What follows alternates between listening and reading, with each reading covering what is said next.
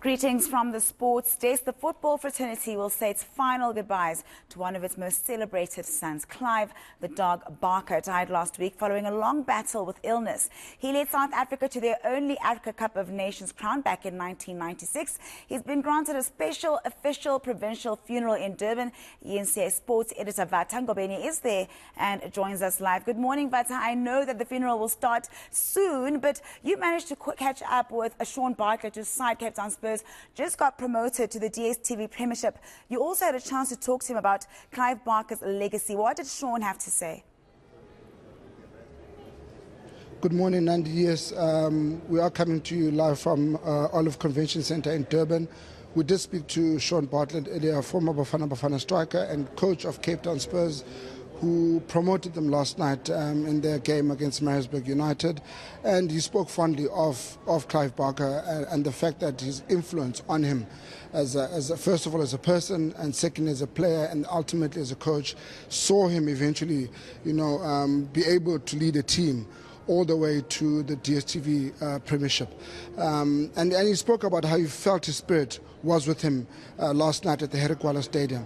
But without further ado, let me bring in KZN Acting Director General for Provincial Government, Dr. Fikile Ndlovu. Dr. Ndlovu, again, a fitting special provincial funeral for a legend, not just of the province, but a legend of South Africa.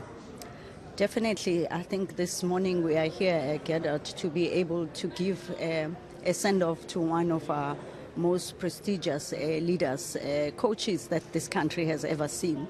And as this province, we are actually proud that we had such a coach that came out of this province to lead this country in the football era and area.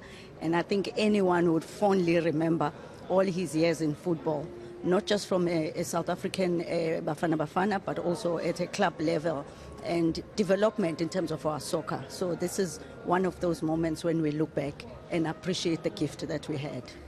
You speak about that from the grassroots. There's Durban City, Durban Bushbucks, Amazulu, team in Pinetown and so on.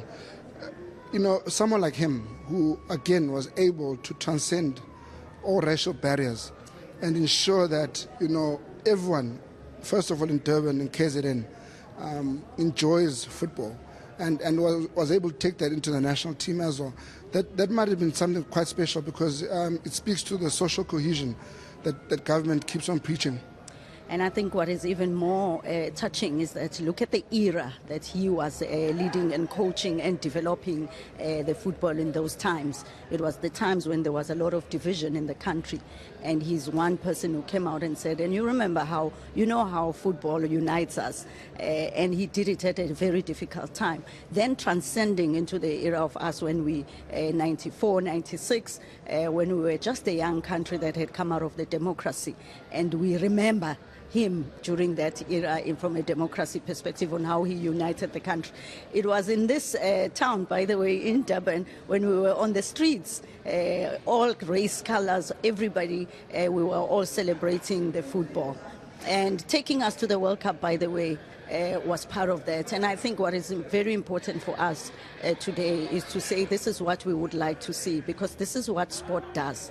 It unites us, and we can see it. And even today, I think that is what you will see when you see people here, that this is what South Africa should be like. This is who we are as a country. Again, I think awarding him the funeral that he's been given by government. Are there any plans to honour the legacy of Clive Barker and the man himself? And I mean, you also have the likes of Neil Tovey, who come from Durban, the Tovey brothers, Neil and Mark, and many other footballing legends. Is there plans with government to do something, erect a statue or whatever it is to honour Clive Barker? I think we take the challenge in terms of us as a province that, by the way, we do honor our legends overall. We even have programs that we run that looks at the legends that we work with from a provincial point to assist us. So it's one of the areas that I think definitely the province would be looking at. But even for us, he is an honor. It is an honor to be able to even host and celebrate his life in this manner. And we hope all the people of South Africa will be joining us today, even on the live streaming as part of that. Definitely it is something that I believe the provincial government will not forget. He is one person who will never forget. Thank you. Thank you very much, Dr. Fikile Ndlovu.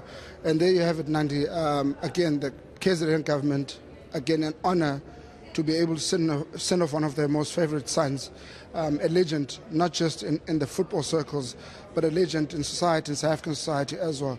Hopefully, as Dr. Ndlovu has alluded to, they will probably be looking to honor him further in many other ways going forward. Back to you, Nandi. All right, thank you so much, Vata. I believe that Clive Barker's coffin has arrived and proceedings will begin at around 11 o'clock. So we'll be catching up with you a little bit later on. That was eNCA Sports Editor Vata Ngobeni. I'm going to leave things there for the moment. Baron, it's all yours. Thank you so much, Nandi. Of course, you know, we are honouring the late Clive Barker, and it's so important to note that he played a pivotal role in nation building through sport. So definitely going to following those proceedings in KZN very, very closely, and we'll be linking with Vata again soon.